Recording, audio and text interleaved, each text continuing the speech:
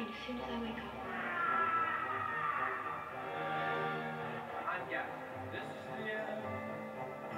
Conclusion inevitable. And I must die. Just another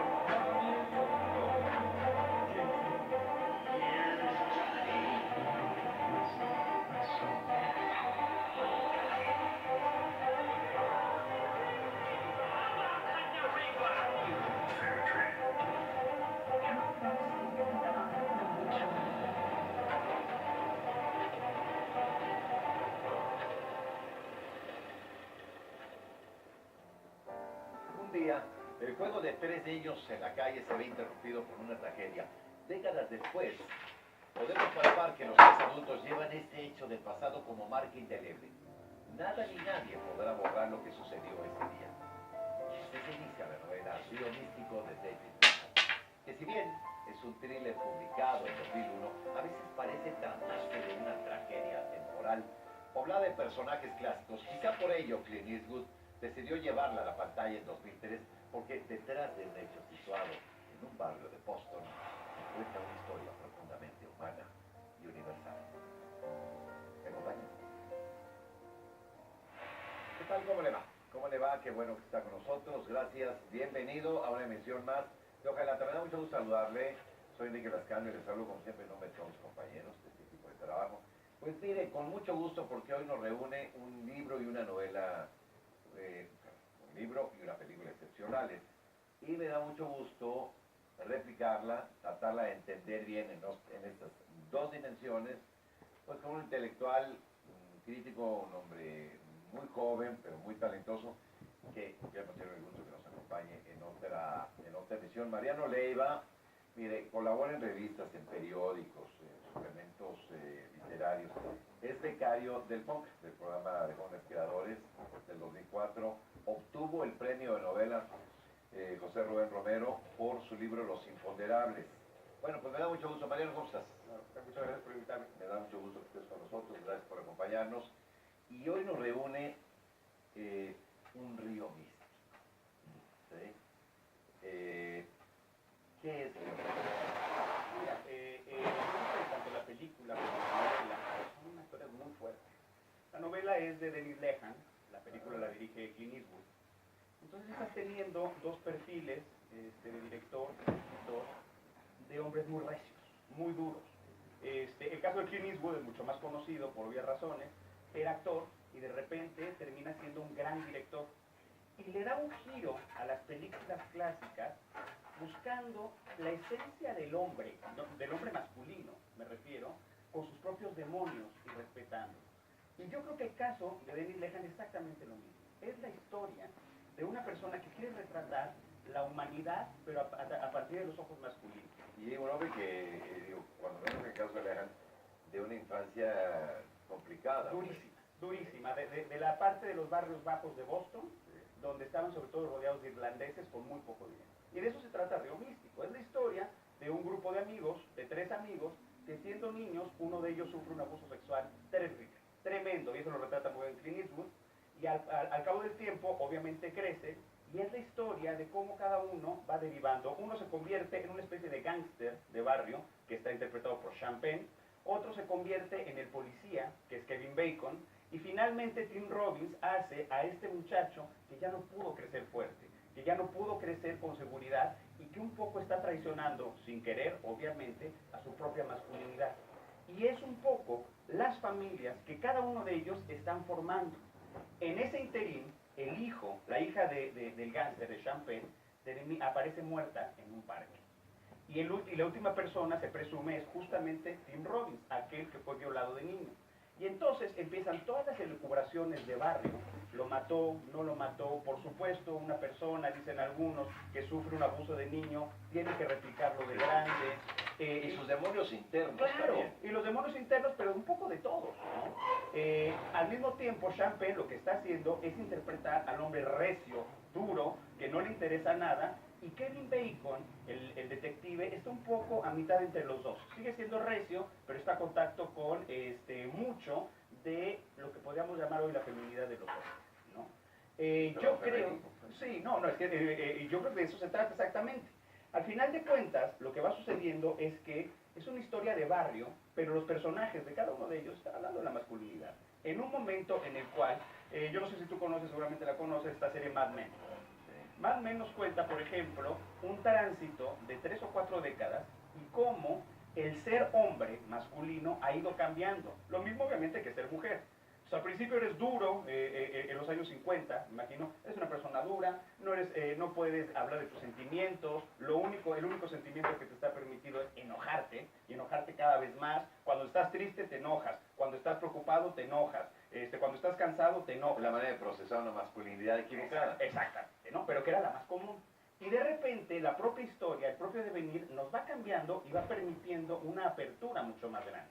Una apertura, un rango de sensaciones, de sentimientos mucho más interesantes. Eso que sucede en esta serie, sucede lo mismo también en Río Místico. Como no es que se trate de un proceso homogéneo, en el cual todos van desarrollando de la misma manera, por supuesto que Pero no. es muy fiel la novela a la película. Muy fiel.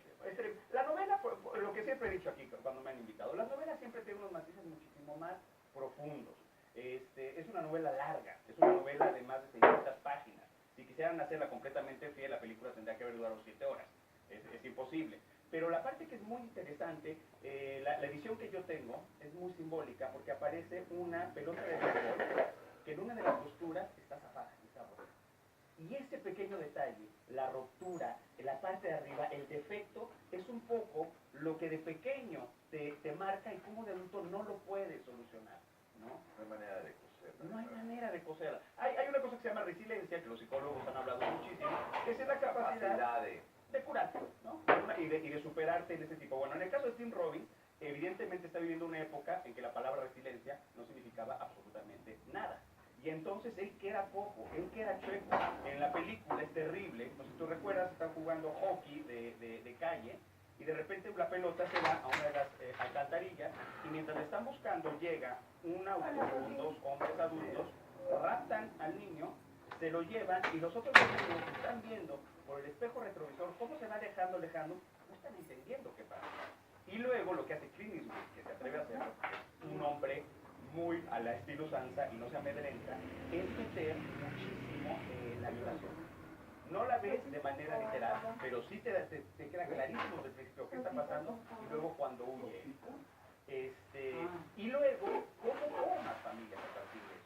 Porque Tim Robbins sí forma una familia, la forma, pero forma una familia muy débil, forma una familia que no crece del todo y es una familia... Cohesión.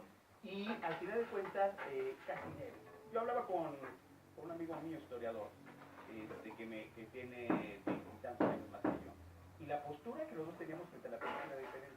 Ya desde una generación a otra, la suya y la mía, la veíamos distinta. A ver, ¿qué ve Él me decía muchísimo que no podía ser de otra manera, que si no tienes la fortaleza para imponerte frente a esa adversidad, entonces estás destinado al fracaso. Y yo lo que le decía era, bueno, pero es que no tiene la culpa. Él no tiene la culpa de hacer eso. Él lo trataba casi enojado, herido en su propia masculinidad. De, a ver, tienes un problema, sobreponte. Otro de los dichos que él me decía muchísimo era, de ese calor se hace el hierro, con esos calores se hace el hierro. Sí, ¿no? sí, Una el cosa, fuego. sí. Ahora, lo que es muy interesante es que una persona como Clint Eastwood, es decir, todos pensamos en Clint Eastwood y aparece vaquero, ¿no? Sí, aparece sí, el vaquero, o aparece el detective, ¿no? Harry el sucio, ¿no? El duro. Pero es impresionante cómo su propio proceso, me refiero al de Clint Eastwood, también nos ha ido llevando hacia otros sitios donde tenías primero a un hombre muy recio, muy duro, y se va volviendo suave en el mejor de los sentidos. Porque Clint Eastwood también es el director de Los Puentes de Madison. Sí, La historia de una mujer que tiene un amante. Entonces lo va entendiendo. O tiene cartas de Iwo Jima, o sea, que va y que es ver las dos partes. Déjame ir una pausa. Hoy estamos hablando pues de esta novela y de este tratamiento cinematográfico, un río místico que seguramente todavía nos ofrece sorpresas. Vamos a una pausa y regresamos. No se vayan.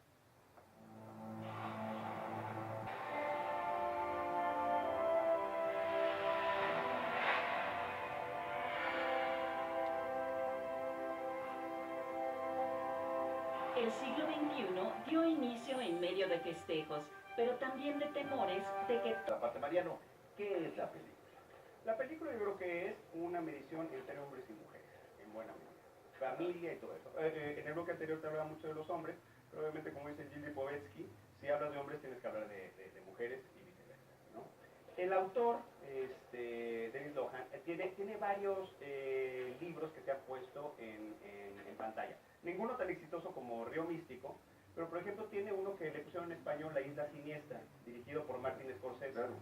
Es la historia de una isla en donde, que es un manicomio, es un asilo para dementes, y en este caso Leonardo DiCaprio tiene que llegar y buscar a una paciente que se perdió. No la vamos a contar porque no se trata de Cuando eso. él es el que estaba... Cuando al final de cuentas él está loco. Es él y... ¿estaba el médico? El médico es Y soy Andy, ¿no? sí, no recuerdo su nombre. Bueno. Ahora, el asunto es que ahí el origen de la locura de ese paciente, que era una especie de terapia que tenía que hacer jugarle al detective, es porque quien se vuelve loca es su ex mujer y ahoga a los hijos Sí, es en una el río. escena terrible. Y los ahoga en el río y entonces llega Leonardo DiCaprio sano todavía Se vuelve loco. y se vuelve loco, ¿no? Ok. Y entonces ahí es un poco muy al estilo violento, es decir, Dennis Lohan le apuesta mucho a esta rudeza, como te decía hace un rato, a esta parte muy rasposa de las relaciones familiares y pone en entredicho la maternidad de las madres y la hombría de los hombres, por decirlo de esta manera. Muy provocador. Tremendamente provocado, pero yo creo que también Enrique, muy certero, ¿no? O Sí, sea, pues. en el sentido en el que las mejores películas, las mejores novelas son aquellas que no caen en los prototipos, sino que hurgan en donde nos duele, ¿no? Sí, claro. Al final de cuentas es eso, y no es porque una cosa esté bien o mal. Al final de Río Místico, ahorita veremos la escena con calma. Hablando de escenas fuertes. ¿no? Exactamente, esta escena que hablábamos, que es cuando Sean Penn, también al lado de un río, le está diciendo a Tim Robbins, a ver, tú fuiste, hasta que el pobre hombre, que no hizo absolutamente nada, dice, sí, yo fui. Y lo que te comentaba es esto, lo que es terrible es que Sean Penn, el gángster, reproduce en él lo que le pasaron de niño, le hace exactamente lo mismo, ¿no? Y el otro está tratando de decir, no, yo no fui. Es una catarsis muy malvada, ¿no? Terrible, y entonces ahí lo aniquila. Y luego finalmente, una vez que lo mata, lo que sucede es que se dan cuenta que él no había tenido absolutamente nada que ver. Es una película, es una novela, es una trama de poder, Ujú.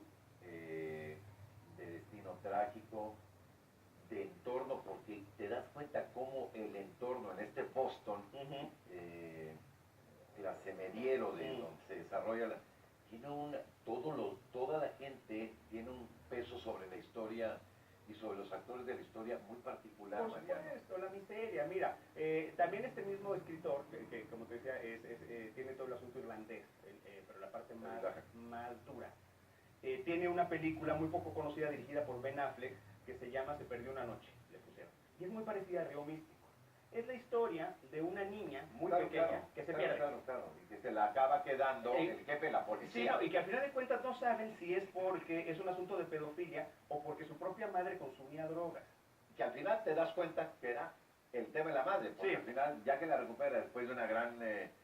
va y se la deja a él, Claro, que se vaya comprendo, ella de digamos. fiesta, Sí. y él piensa, y yo metí a la cárcel al jefe de la policía, que es este actor de color, que es No maravilloso. es Samuel Jackson, es bueno, ahora ya estamos mal con los nombres hoy, pero estamos mal con los nombres el día de hoy. Pero el actor es Casey Affleck, el hermano de Ben Affleck, Exacto. que a la postre resultó ser muchísimo mejor actor que el propio Ben Affleck, que le ha ido bastante mal.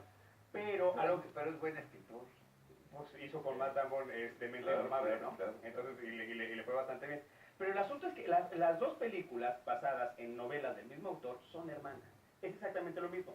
Y ahí, más allá de el hombre o mujer, lo que te muestran, uno cuando que tiene referencia de Boston, piensas en Boston y piensas en un sitio extraordinario, maravilloso, que lo es. Pero también tiene una parte muy sucia, muy terrible, barrios muy pesados. Que es donde toda ciudad. sucede esta Exactamente. historia, ¿no? Es un poco también, y eso creo que Clint Eastwood también lo hace de perfecta manera, un poco lo que hizo Beautiful, lo que hizo González Iñárritu, que te dice, te voy a hacer una película en Barcelona, y tú te esperas la Rambla, tú te esperas el Parque Güell, y te lo pone en los barrios más duros y difíciles, ¿no? Sí. Entonces también es esta otra parte, ¿no? un poco demostrando o sugiriendo, más que demostrando, que las partes de esta naturaleza más difíciles es donde es más difícil ser sensible. Y entonces tienes que ir manteniendo una actuación continua, que esté todo el tiempo a la defensiva y que te pelees incluso con aquellos con los que jugabas en la calle cuando eras niño.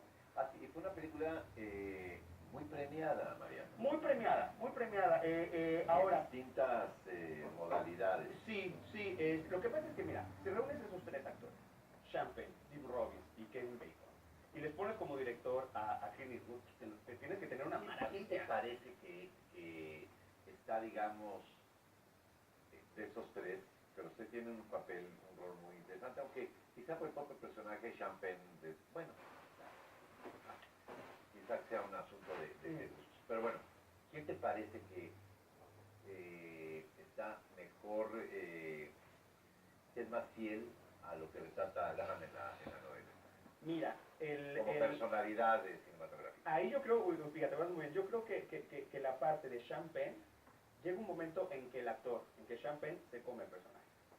Sean Penn tiene un estilo de actuar muy particular, desde mi punto de vista, ¿no? Sí, pero desde mi punto de vista como que no tiene un rango muy amplio. Tienes actores, digamos... Siempre actúa de Sean Penn, ¿no? Kevin Bacon, por el contrario, es muy amplio. Y yo creo que ese sí es el exacto. Es decir, es puede un ser bueno o policía... malo. Está atribulado, está atribulado. Pero ver a tu hermana O sea, ahora es de mi decir, celular. todo va indicando durante la investigación que su amigo, aquel que violaron, Que dice que estuvo secuestrado y que lo violaron, Que como y es un teléfono muy reciente que todavía no tienen según el y tiene muchacho, la presión de su otro amigo, el todavía no cáncer, saben cómo Entonces, yo lo que creo que desbloquear. eso pasa muchísimo en todas las novelas, es que los personajes, entre más ¿Por atribulados, qué no me ha dicho entre nada? menos lineales, entre más preguntas están haciendo en la cabeza, es muchísimo mejor. Sí, Eso es lo que yo creo que pasa. Y un Tim Robbins que siempre con esa cara de bueno, pues, Sí, no, pero aparte yo creo que lo dijeron muy bien, porque como tú sabes, Tim Robbins es muy alto, es altísimo. Entonces actúa muy bien a este prototipo ahí sí, de secundario y todo eso, que crecen muy rápido, pero pues que siguen siendo niños. que tienen cara de niño. Y entonces parece que son tontos cuando no son, cuando están actuando de la edad que tienen, de 10 años, pero parece un tontón, ¿no? Entonces, y el pobre que no quiere ver, que se nota que nunca logró hacer las cosas, que no puede avanzar bien en la vida, y los otros que pues, más o menos lo han hecho, ¿no? Está atorado en sus circunstancias. No, y es terrible. Y a mí una de las cosas que me gusta, tanto del novelista como del director, es que no tienen pelos en la lengua, o sea, lo llevan hasta el final. Pasó esto y al final se va a consumar la injusticia. Y la injusticia final, cuando llega Sean Penn y ya se da cuenta, ¿qué vamos a hacer? Y su esposa le dice, no vamos a hacer nada. Vamos a seguir siendo una familia, mientras está peinando el pelo, está haciendo algo muy cotidiano, pues vamos a callar la boca y vamos a seguir la vida como si nada pasara. Es decir, vamos a cerrar. Es fuerte, Bueno, ¿no? vamos a la tercera parte del reporte, Mariano. Regresamos en su época. Estamos de nueva cuenta en esta tercera parte. Hay una escena que a ti, Mariano, Uno me te siento muy gusta. cansado. Bueno, digamos ¿Me que puede no, quitar no es de me gusta, no sea la palabra adecuada, ¿no? Que te recordó algo. Pero vamos a verla y la Hablé comentamos. con tu tía Rosa y le dice que mañana a ver si le daban dinero, pero todavía no tengo los 7,000. Pues tú no te presiones. Ya no te falta mucho. Me faltan 1,000 pesos.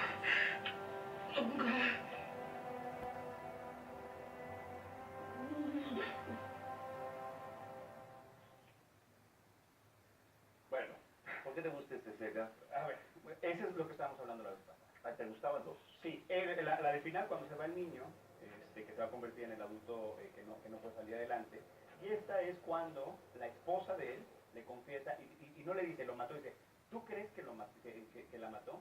Y él dice, sí, yo creo que fue. Y él hace este gesto de agarrarla, así como de, no te preocupes, yo sí soy hombre, yo sí te voy a cuidar, y la otra está destrozada porque ella sí cree que lo mató.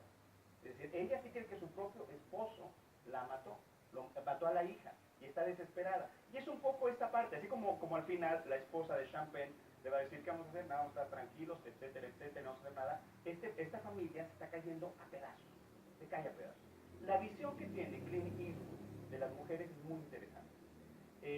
Podría uno pensar que tiene mucho de misoginia, ¿no? Mujeres, claro, ahí lo traicionaste. Pero al mismo tiempo también tenemos un Clint Eastwood que dirige $1 Million Baby.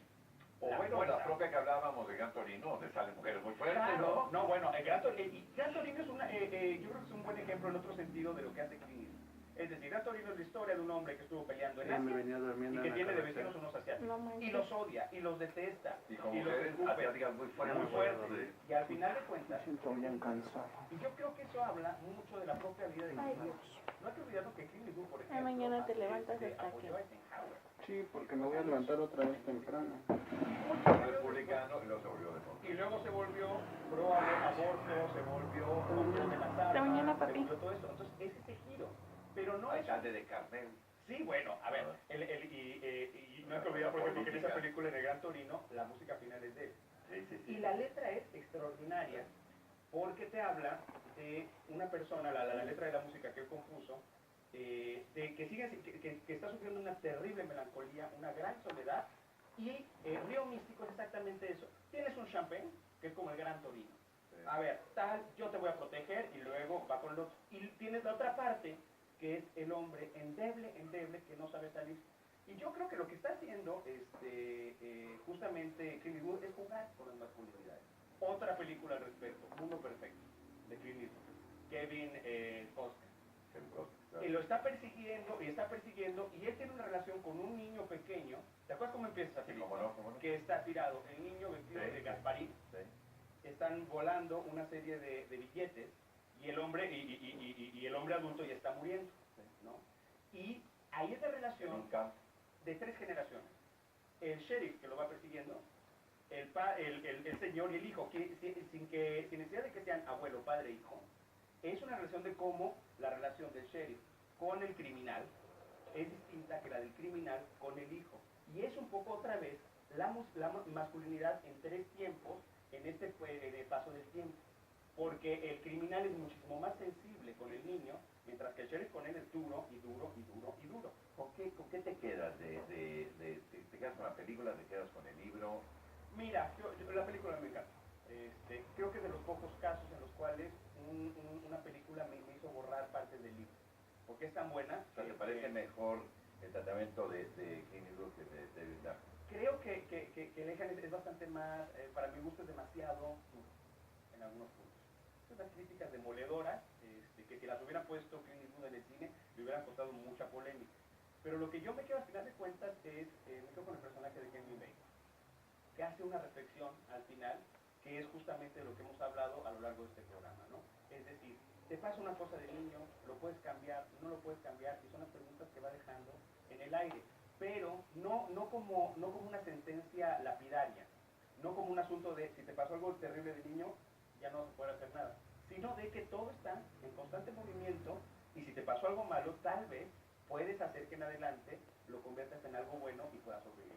Esa es la parte que más me gusta. Al final, ¿qué sabor de boca te deja la película? Muy dura, ¿no? Es muy dura, ¿no? No es una película de la que sales... No, es lo Hay un sabor, primero como el sabor del inconcluso, y luego esta sensación de medio de injusticia que flota en él, porque primero te das cuenta que este hombre que vivió atormentado, ¿no? Que vivió, hablaba yo, de luchando contra sus propios demonios, así ¿no? así es. De poder repetir lo que a él le hicieron, ¿no? Al final resulta que era un buen hombre, ¿no? Era bueno, no hizo nada, es un niñote, iba solo por la vida, más que bueno, yo creo que era inocente. Entonces, el sabor que te queda es, aquí se cometió un crimen Y una injusticia. y una injusticia, y también te da la sensación, en la medida de que sucede en un barrio cotidiano, tal, de cuántas veces no sucede eso. Bueno, de la cotidianidad, de la injusticia también.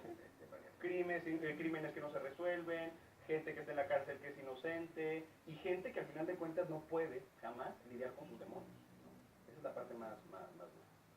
Siempre hay algo, bueno, primero, Mariano, agradecerte que hayas venido No, a platicar con nosotros, siempre es un gusto porque aparte del conocimiento tiene esta habilidad para explicar y trasladarnos a estas escenas muy particulares. Pues te agradezco que hayas venido venga a platicar con nosotros y se conoce el oficio de novelista, ¿no? Bueno, tiene esta posibilidad. Y yo te pido que juntos veamos lo que hay detrás